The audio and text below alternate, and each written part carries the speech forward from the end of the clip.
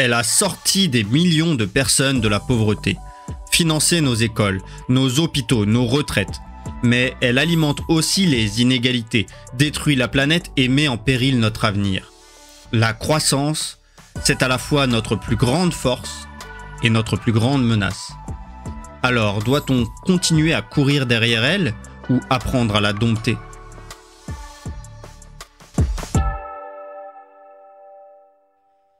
Bonjour à toutes et à tous, et bienvenue dans La Voie des sciences économiques et sociales. Aujourd'hui, nous arrivons au terme de notre série consacrée à la croissance économique, avec une interrogation centrale. Quels défis ce processus soulève-t-il aujourd'hui ? Dans l'épisode précédent, nous avons vu que la croissance repose sur 3 piliers. L'accumulation des différents capitaux, le progrès technique et les gains de productivité. Ce sont eux qui expliquent comment les économies se développent et s'enrichissent au fil du temps. Mais la question a changé de nature. Il ne s'agit plus seulement de comprendre comment croître, mais aussi de savoir à quel prix et pour qui. Depuis les années 70-80, la croissance économique montre ses limites. Les inégalités se creusent et les pressions sur l'environnement s'intensifient. Dans cet épisode, nous allons donc examiner 2 grands défis. Le défi social, comment garantir que la croissance profite à l'ensemble de la société et ne soit pas un facteur d'exclusion ou de fracture. Le défi écologique, comment préserver les ressources naturelles et limiter les dégâts environnementaux dans un monde où la recherche de développement reste constante.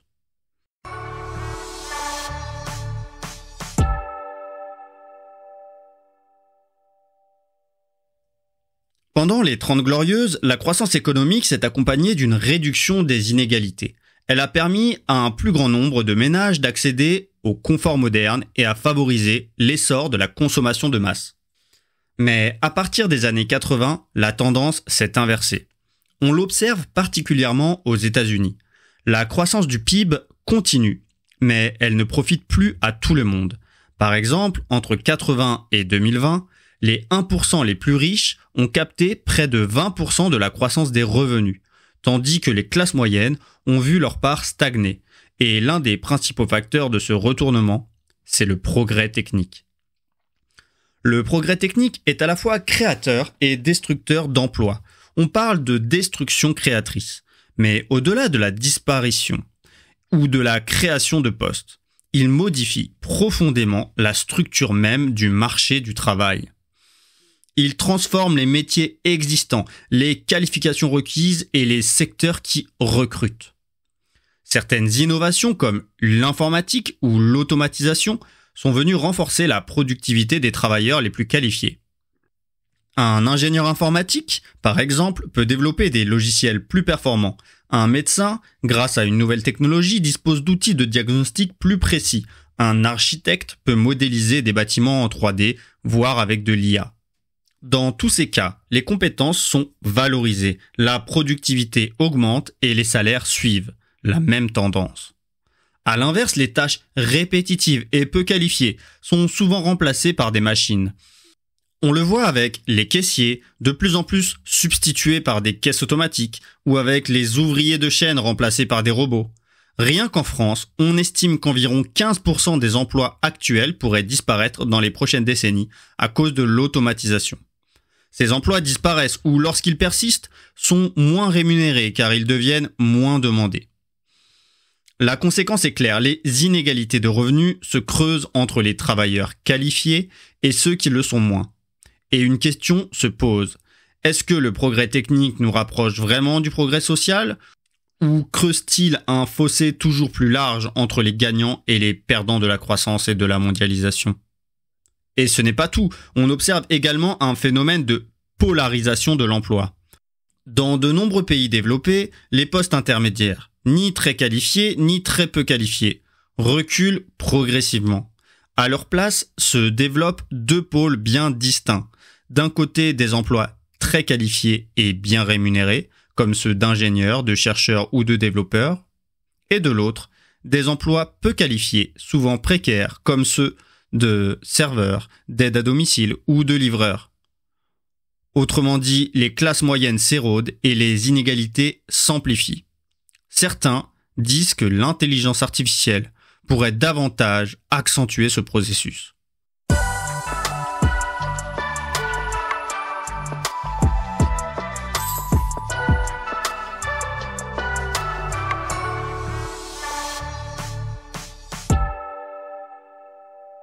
L'autre grand défi posé par la croissance, c'est son impact sur l'environnement.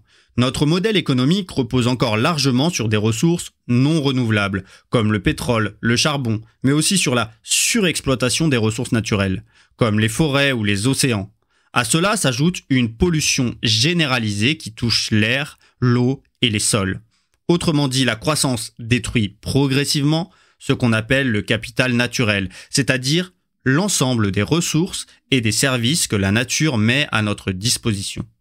Prenons un exemple marquant, celui des poissons.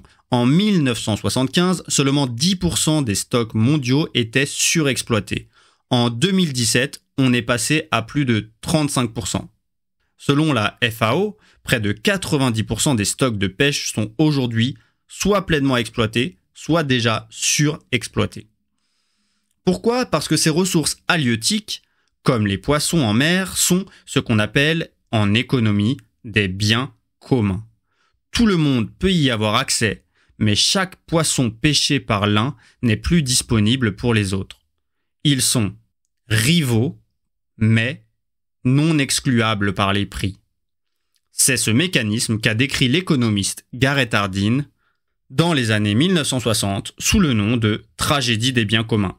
Chacun agit de façon rationnelle pour maximiser son intérêt individuel, mais au final, la ressource disparaît pour tout le monde.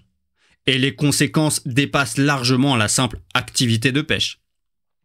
Lorsqu'une ressource naturelle disparaît, c'est toute une économie locale qui peut s'effondrer, et parfois même une économie nationale. On le voit déjà avec la déforestation. Chaque année, près de 10 millions d'hectares de forêts disparaissent dans le monde, ce qui menace non seulement la biodiversité, mais aussi les moyens de subsistance de millions de personnes. Si on applique ce raisonnement à grande échelle, au sol, à l'eau, au climat ou encore à la biodiversité, on comprend vite que c'est l'ensemble des économies mondiales qui se trouvent menacées. D'autre part, la croissance économique est souvent mise en relation avec les énergies fossiles. Plus il y a de croissance économique mondiale, plus il y a de consommation d'énergie fossile et donc de libération de CO2 dans l'atmosphère, ce qui renforce le réchauffement climatique et, comme on le sait aujourd'hui, pose un problème majeur pour l'avenir.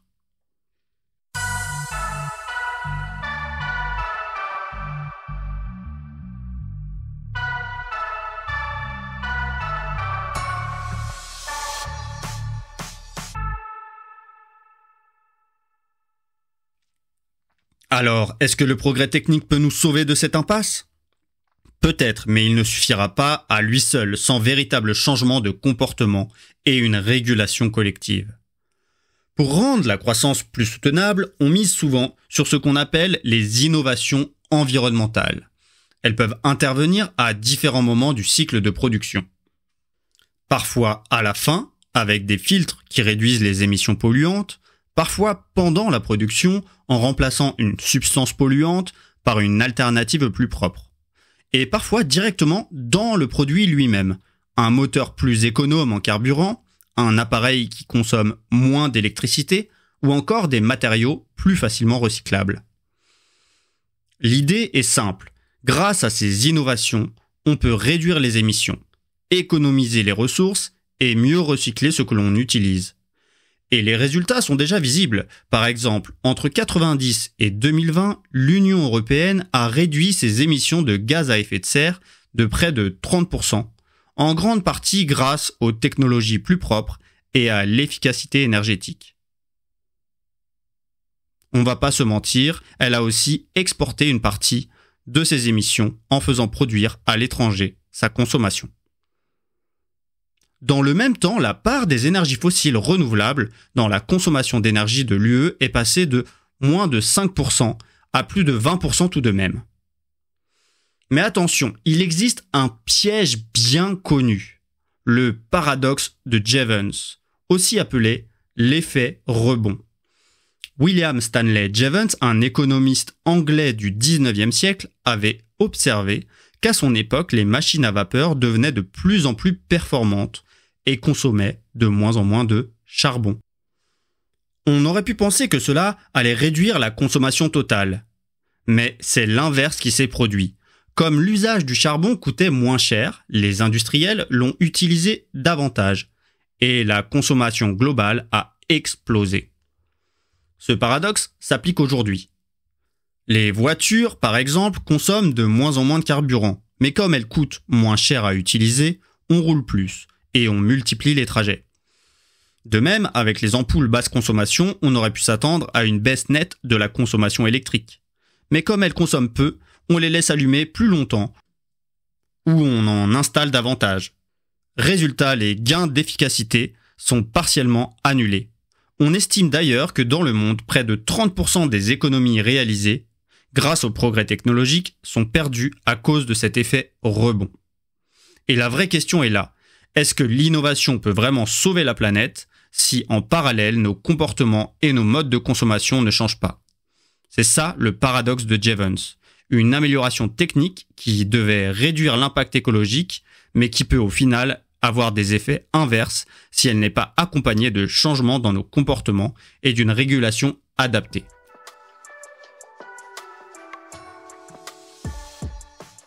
En résumé, dans l'épisode précédent, on a vu que le progrès technique, les entrepreneurs et les institutions permettaient de soutenir une croissance durable.